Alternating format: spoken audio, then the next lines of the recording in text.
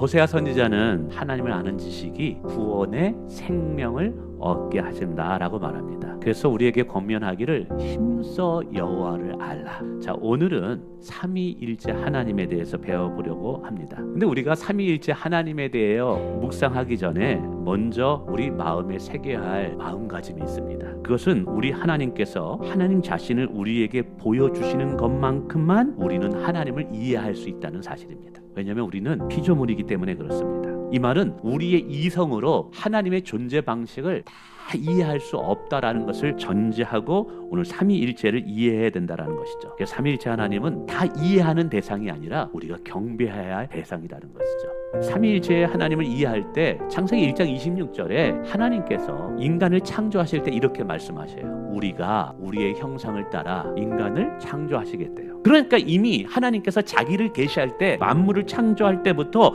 하나님은 홀로 계신 분이 아니라 성부와 성자와 성령 하나님이 완벽한 조화 속에 한 분 하나님으로 존재하신 것을 보여주신 거예요. 그래서 신약 성경에 보면 곳곳에 성부, 성자, 성령 하나님이 동시에 한 분 하나님으로 역사하시는 모습이 보여집니다. 마태복음 28장 19절에 예수님은 이제 제자들에게 사역을 마치고 이렇게 말합니다. 아버지와 아들과 성령의 이름으로 세례를 주라. 근데 세례를 준다라는 의미에는 두 가지의 중요한 의미가 있어요. 하나는 죄를 씻는다라는 의미가 있어요. 두 번째는 죄에서 구원하신다라는 의미가 동시에 들어가 있는 거예요.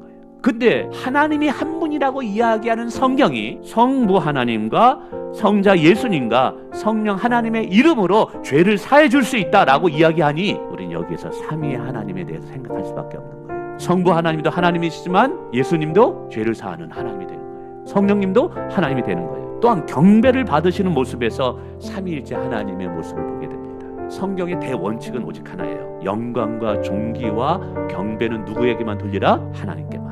근데 놀라운 것은 요한계시록 5장에 가보면 천국에 한 상이 열리면서 요한이 천국의 완전한 예배의 모습을 보게 됩니다. 근데 그 천국에서 드려지는 예배가 천사들도 구원받은 성도들도 다 찬송하며 예배하는데 그 찬송받은 예배의 대상이 누구냐? 이렇게 말합니다. 보좌에 앉으신 하나님과 어린 양 예수 그리스도께 찬송과 영광과 경배를 돌릴지어다.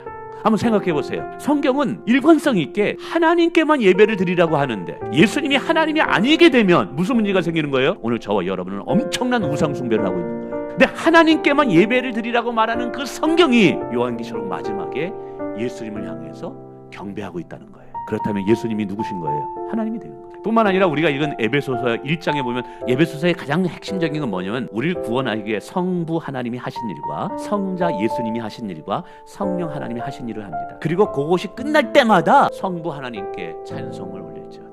성경 자체도 이걸 이야기하고 있어요. 요한복음 1장 1절과 1장 18절에 예수님을 향해서 독생하신 하나님이다라고 아예 정의를 내리고 있어요. 그러면 이것이 우리에게 무슨 의미가 있느냐 이 말이죠. 삼위일체 하나님이 오늘 살아가는데 신앙생활하는데 나 무슨 상관이 있어요? 라고 질문할 수 있죠. 첫 번째로 나를 구원하신 삼위 하나님이 얼마나 많은 사랑의 수고를 했는가를 깨닫게 되므로 하나님을 경외하고 하나님을 신뢰하게 될 수 있어요. 에베소 1장에 보면 우리를 구원하실 때 이 하나님께서 마치 거대한 오케스트라를 지휘하는 것처럼 삼위 하나님의 완벽한 협조로 우리의 구원이 이루어짐을 보게 됩니다. 가령 성부 하나님은요, 우리가 태어나기도 전에 창세전에 우리를 구원하여 하나님의 자녀 삼기로 계획을 세웁니다. 그리고 성자 하나님은 그 성부 하나님의 계획을 이 땅에 인간의 몸을 입고 오셔서 십자가를 지심으로 말미암아 성취하십니다. 구원의 플랜을 완성하십니다. 그리고 성령 하나님은 2000년 전에 예수님의 십자가의 사건과 부활 사건이 오늘 나의 사건이 되도록